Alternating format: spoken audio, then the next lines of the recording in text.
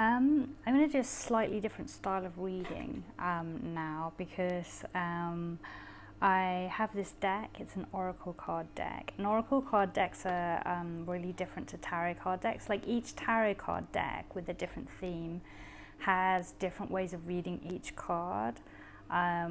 So say the Tower card out of one deck of tarot cards can be very, very different to the Tower card out of another deck of tarot cards.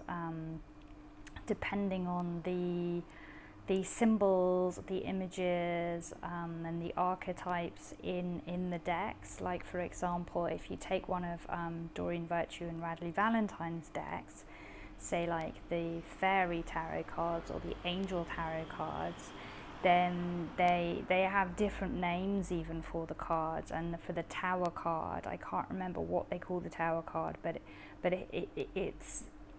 it's different. It's not as serious and kind of scary looking and sinister as the traditional tarot card, because the traditional tarot card is a picture of a tower with people jumping out of the window onto the cliffs below to be smashed on the rocks, while there's like lightning striking the tower and the tower is like burning down and it's cracked and crumbling. And it basically means that, you know, like everything that you know in your life, the whole structure and foundation of your life is like starting to fall away, and things are falling away from it. And there's many different ways of reading that card, and they will vary depending on the nature of the reading and the other cards in that reading. But in the Doreen Virtue and the Radley Valentine deck, it's the emphasis is more on what would the angels say about this, or what would the fairies say about this, and it's much more, it's softer and kinder, the messaging. And that's the same with oracle cards. Like each oracle deck has completely different messages. They don't even have the same cards in them at all. And so you can read them intuitively, but at the same time it's often necessary to read the guidebook that comes with them, because the author has a very individual way of looking at the card, and it's their intuition that has led to the creation of this card, as opposed to the tarot is really traditional and it's been around for years and years, so people reinterpret it, but they're not creating it as such. With oracle cards, they are created anew by the author each time. It's not like we don't take an oracle card deck and then go, oh, this is a contemporary version of this oracle card deck. That's not something that we see. So that said, I am going to do a reading from an oracle card deck that I have. It's not one that I've actually worked with before at all. And so I am going to pull a card, and I'm going to do an interpretation of it, and then I'm going to read what the actual booklet, the guide booklet, says that comes with it, so that we can also benefit from the creator, the author's thoughts and feelings behind this. And that person is Dianna Cooper, who you may have heard of. She is pretty influential in the spiritual world, especially when it comes to cards, and taking like spiritual journeys. She has lots of meditations, guided meditations that she does, and she works with the dragons, she works with unicorns, and possibly other elementals and things. I'm not entirely sure, but I'm sure she probably has. But I do know that she started with the unicorns, and she was pretty big with the unicorn thing. And this dragon deck is more of a recent deck of hers.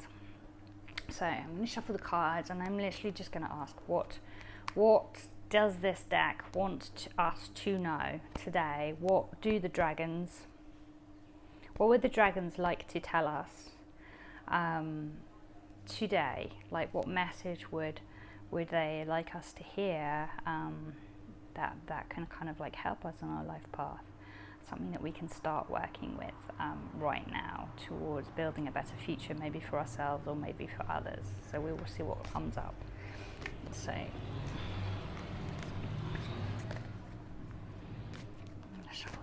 card.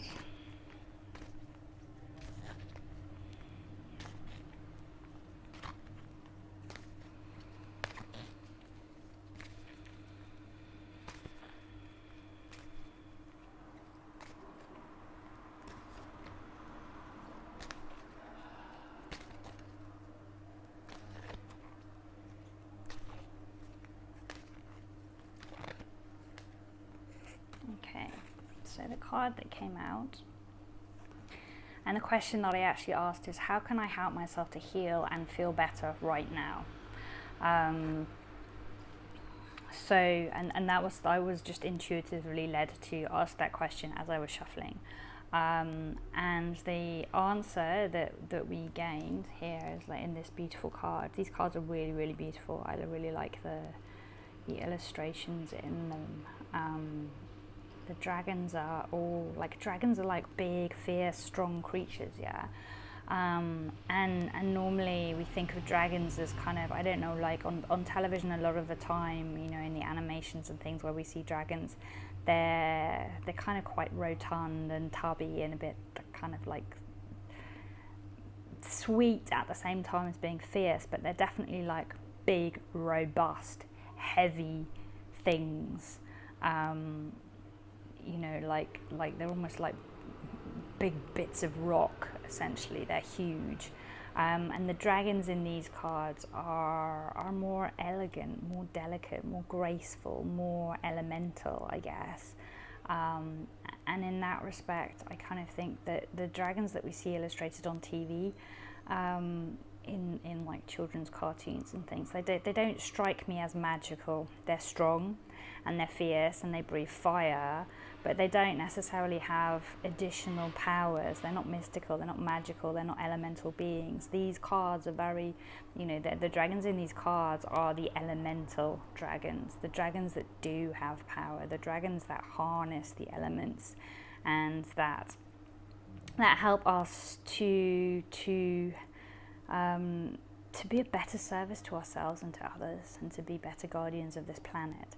And this card is the air dragon, and we see it, this card is like it's very blue, and a little like kind of like we have the purple of the third eye chakra, and then we have the pale blue of kind of like there's a blue of the throat chakra, but the throat chakra is actually a darker blue, so it's a lighter blue than the throat chakra. So it's almost like taking the throat chakra blue and mixing it with the crown chakra white, and then we get this beautiful pale blue, this delicate blue, which is really soft, and it's like the same color as the sky, but like a pleasant, calm summer or spring day. And we have the birds up there flying around this dragon, like kind of like saying hello, welcoming him. And he's up there above the clouds, and he's kind of like he's looking down on the world below from his. He's like curled around, looking down in the shape of a question mark, really. So he's like looking down and questioning everything, questioning his perspective, questioning, you know, the way that he's been looking at things before. He's risen above it all in order to see things differently, to get a different, more broad perspective of things. And so I think this card is saying that basically you can help yourself by rising above where you are right now. So, you know, in situations in our life we get stuck in our earthbound bodies, we get stuck in our egos, and we get stuck in reacting and responding in a hurt, wounded sense almost at times. Like if we get provoked by somebody, it comes from our inner hurt, our inner wound is the thing that then participates and becomes a part of that drama, that scenario.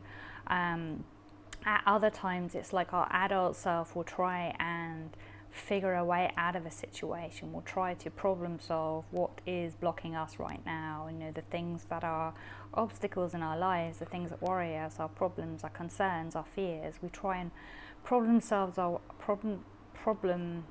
our way around those things, but in a really earthy, physical way, and that's not necessarily where the answer lies. The answer lies in something bigger, in something beyond us. Like, if we are struggling with a physical ailment, for example, we might be asking in an earthy sense, why is this happening to me? Why has this happened to me? Why can't I do anything about this, fix this problem, solve it? And get really wrapped up in the why, and the what. Like, what is it exactly? I have to have a name for it, a label for it, in order to know what it is. And then once I know it, I can then come at it with, pitchfork and knives, and sort it out, chase it out, burn it out, stab it out, kill it out.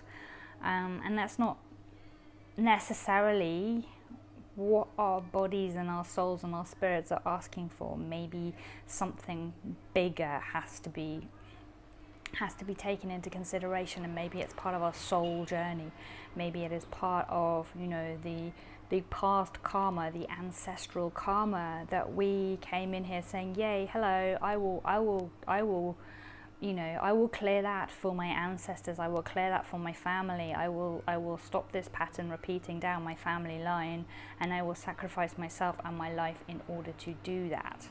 And then if that is the case, then the work that needs to be done in order to resolve that situation which has got itself stuck inside of you is really different. It's like the healing that needs to be done is therefore a soul healing.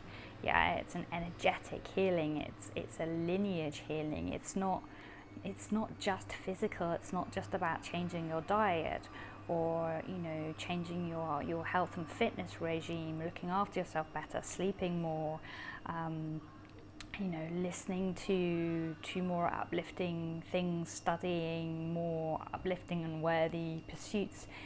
It's like, no, you have to go in and you have to work energetically with the body, and you have to release those cords and those traumas, all those things that are actually energetically in your cells that you have inherited with your birth, that have been passed down from generations past. And so this card is basically, it's saying, no matter what situation you find yourself in, wherever you find yourself blocked or stuck, the best thing that you can do for your health and your happiness right now is to take yourself and rise above the place where you are stuck, the place where you cannot see clearly enough, because if you were seeing clearly, you would no longer be stuck. So even you might feel like you're seeing clearly, you might feel like you're looking through, polished glasses, so that you're kind of like you're really looking, but yet you're not resolving. So there's something you're not seeing, and this card is saying rise up above it all. Like go above your crown chakra, up into your higher chakras, and connect with your higher self, and look down from there, look down from the clouds onto your life, onto your body, and all of the different pieces within your life and your world, and ask, okay, what could I do to better serve this person within this life, within this world, and see what comes up, and something different will arise from what you are seeing right now. The card says, the air dragon helps you rise above earthly matters, communicate honestly, brings inspiration and hope, see life from a higher perspective. So it's about being honest with yourself. It's about rising up to gain a different perspective, and from there you can be re-inspired, re-engaged in what it is that you're trying to work on, and from there you can gain hope, because a fresh perspective gives you a new road, a new thing to try, and there's a lot of hope in wrapped up in that. We lose hope when we become stuck, when we're trying the same thing and it doesn't work. Hope comes from having a new option, a new possibility, a new road to travel, and seeing life from a higher perspective is just common sense. It's useful. It's always going to help. And then in the book, if we're looking at this dragon, where this dragon came from, it says, Okay, so about fourth dimensional air dragons are blue, the colour of the sky, and fly lightly around us. Air is the element of communication, and these dragons help us to speak our truth. They also encourage us to breathe properly so that we inhale as much source energy as possible. When air dragons puff their energy over a person or situation, they bring new hope and opportunity. We can call on them to exhale over situations to enable resolutions to be taken for the highest good. In their energy fields, they carry the light of higher possibilities for the planet.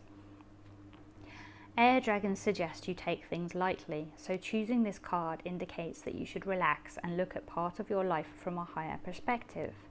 Air dragons also inspire you to communicate honestly but lovingly in a way that calms and soothes everyone around you and promotes good outcomes. Honest communication will bring pure white light into your aura, and when this happens, everybody will trust and respect you.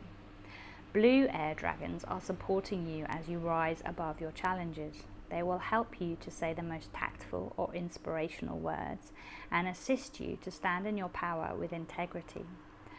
Breathe blue and white light into your heart center, and as an air dragon appears in front of you, breathe the light over it.